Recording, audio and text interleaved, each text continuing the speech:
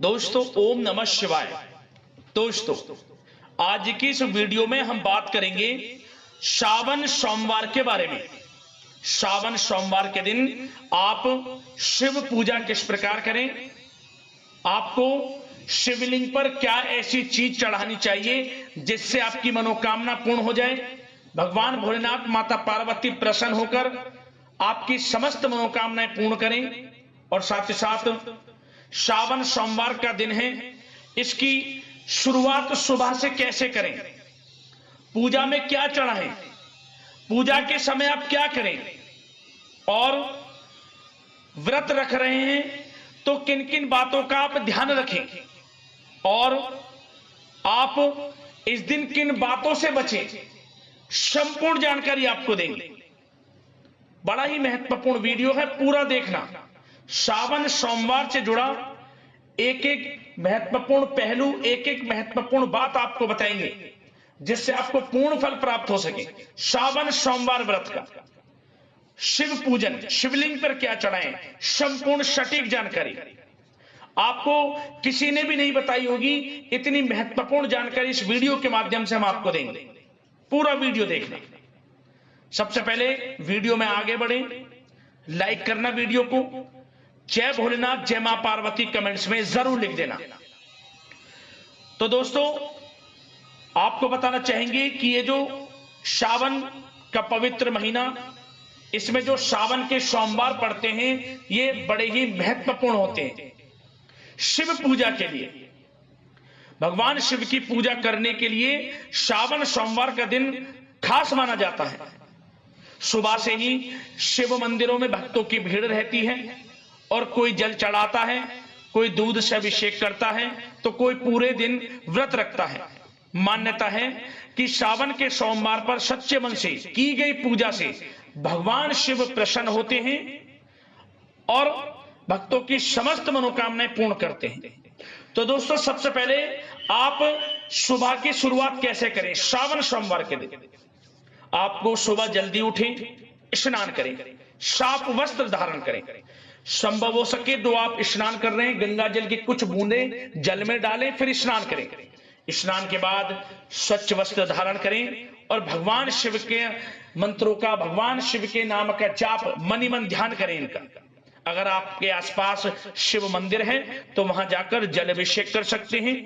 कई लोग जल में थोड़ा गंगा जल मिलाकर भी शिवलिंग पर चढ़ाते हैं, तो जरूर चढ़ाएं इस प्रकार का। और पूजा में क्या चढ़ाएं, आप भगवान शिव को दूध, जल, बेलपत्र, धतूरा, भांग, सफेद फूल और चंदन चढ़ाया जाता है।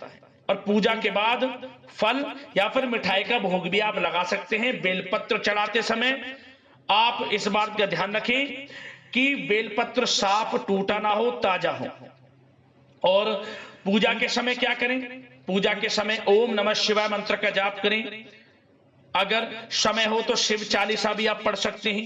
पूजा के बाद आरती करें और भगवान शिव से अपने और अपने परिवार के लिए सुख, शांति और अच्छे स्वास्थ्य की कामना करें, सबका कल्याण हो, यह जरूर बोलें। व्रत रख रहे हैं तो आप किस बात का ध्यान रखें, अगर आप व्रत रख रहे हैं तो दिन भर सात्विक भोजन करें। व्रत आप रख रहे हैं तो आप इस दिन सात्विक भोजन करें। कई लोग फलाहार करते हैं जबकि कुछ लोग सिर्फ फल और दूध लेते हैं। अगर आपकी तबीयत ठीक नहीं रहती तो आप अपनी सेहत को देखते हुए ही आप व्रत रखें। अगर आपकी तबीयत सही नहीं रहती तो अपने स्वास्थ्य के अनुसार ही व्रत रखें। भगवान शिव सच्ची श्रद्धा देखते हैं।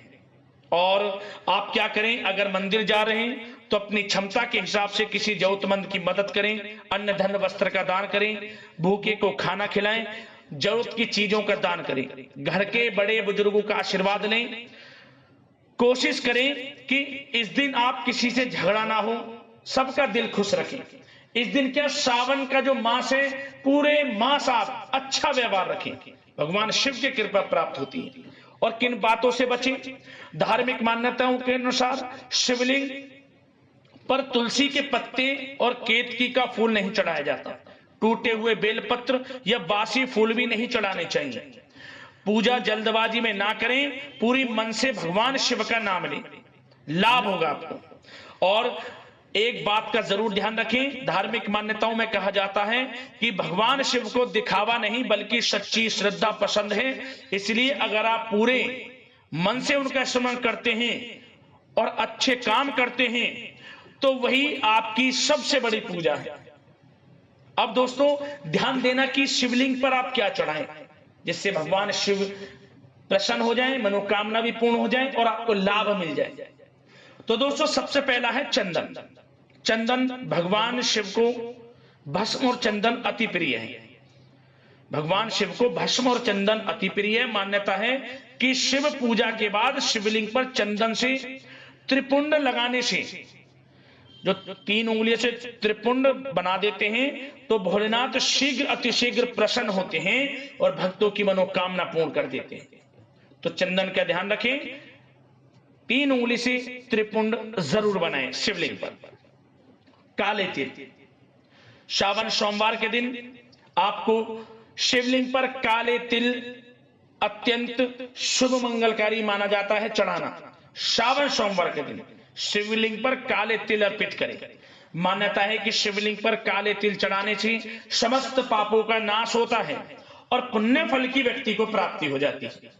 और काले तिल चढ़ा रहे हैं तो यदि आपका कोई दुश्मन है, आपको लगता है कि वह आपको क्षति पहुंचा रहा है, तो आपका दुश्मन आपका कुछ ना बिगाड़ पाए, इस कामना के साथ काले तिल भी आप भगवान भोलेनाथ का स्मरण करते हुए शिवलिंग पर अर्पित कर दें।